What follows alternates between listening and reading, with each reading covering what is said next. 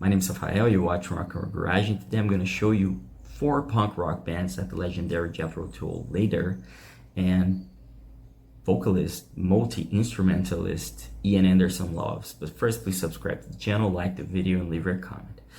Well, that's right, he likes punk rock, and the first band is the Ramones. Yes, Ian likes the Ramones, and the interesting thing is that bands like the Ramones started and had an idea to bring rock and roll music to the basic again. You know, they love that 50s, early 60s sound with short songs, a little bit faster, with those catchy lyrics and etc. On the other hand, not very much Jethro Tull, but many other progressive rock bands like Yes, Emerson, Lake and Palmer, Genesis during their Peter Gabriel era, they were doing long songs, and they were really incredible musicians. They had studied classical music, or you know, they knew everything about their instruments. And on the other hand, the punk rock musicians could barely play the instruments, most of them, and they would learn how to do better along the way.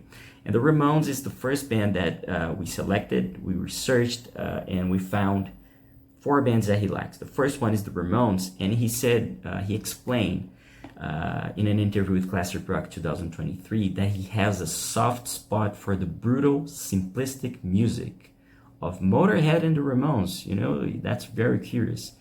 Although Motorhead wasn't really a punk band, in my opinion, Motorhead, and I'm wearing the shirt, was a mix of metal and punk and hard rock. They were really a unique band, in my opinion.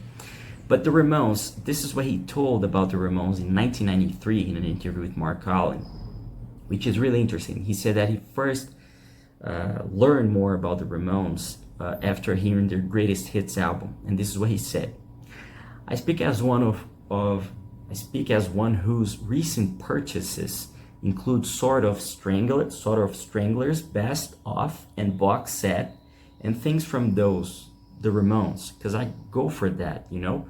I'm not gonna go and buy all their bloody records, because the chances are that 8 out of 10 songs are a pile of shit." So this is what he said about the Ramones, and he likes them. He praised them many other times besides these ones. And the second band that he mentioned, as you can see, he already mentioned it in this previous interview, are the Stranglers, which is a British band that was formed in Guildford, Surrey, England in 1974. And they also had a new wave sound to it.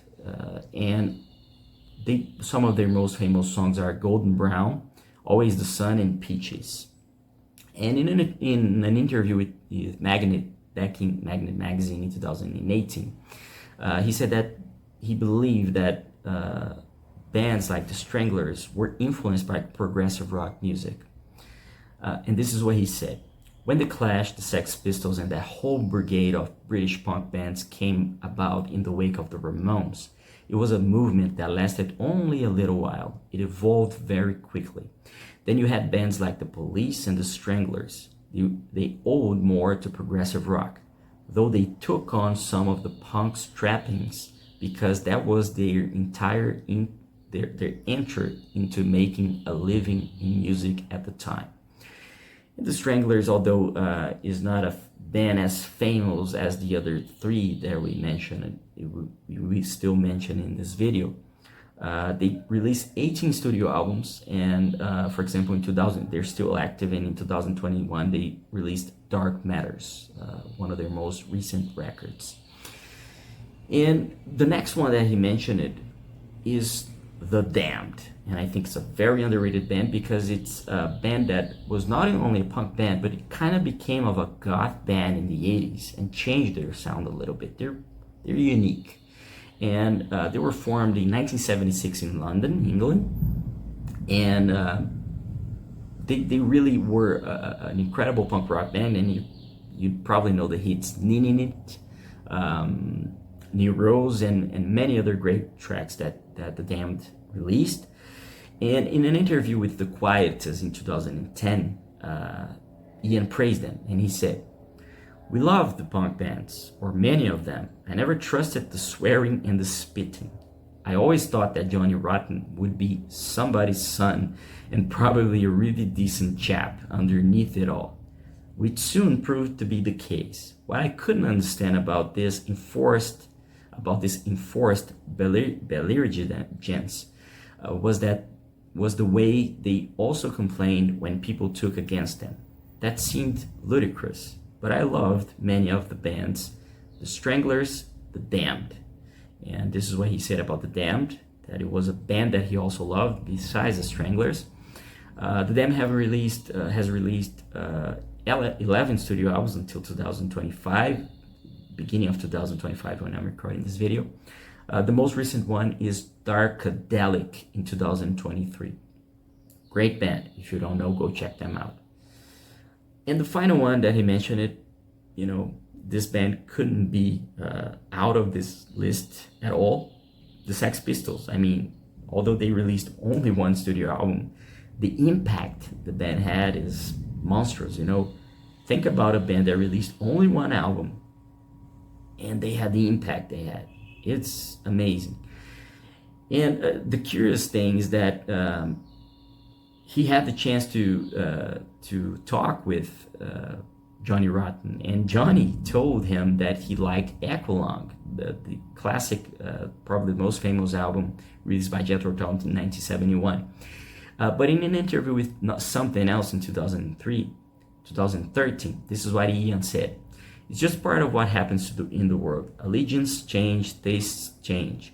A new generation comes about and they want to listen to something that represents their growing years, not the stuff of their older siblings. It's understandable. It didn't particularly upset me when the punk thing came about. It was in some ways quite a welcome return to the basics. I went out and bought my own copy of the first Sex Pistols album, also the first Stranglers album. I quite enjoyed them in a funny sort of way. It didn't stop me from carrying on what I was going at the time." And this is what he said about it. Sex Pistols were active only about for 3 years originally, in the 70s, and their reunions happened in the 90s, twice in the 2000s, and their only album is Nevermind the Bollocks, Here's the Sex Pistols, released in 1977. And in 2024, they did the first shows with Frank Carter, a new singer for the band, since Paul Cook, Glenn Matlock, and Steve Jones are not talking to John Lydon. And they are touring. They have scheduled dates in 2025 with Frank Carter on vocals. So Sex Pistols are kind of reunited again. And these are the four punk bands that Ian Anderson likes. I hope you liked the video. If you want to read more about it, you can go to the description and visit the article I wrote about it. There's many other nice things that Ian said about these bands.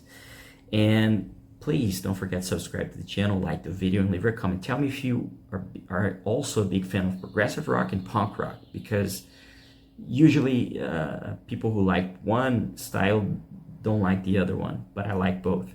And I like Motorhead, as you can see.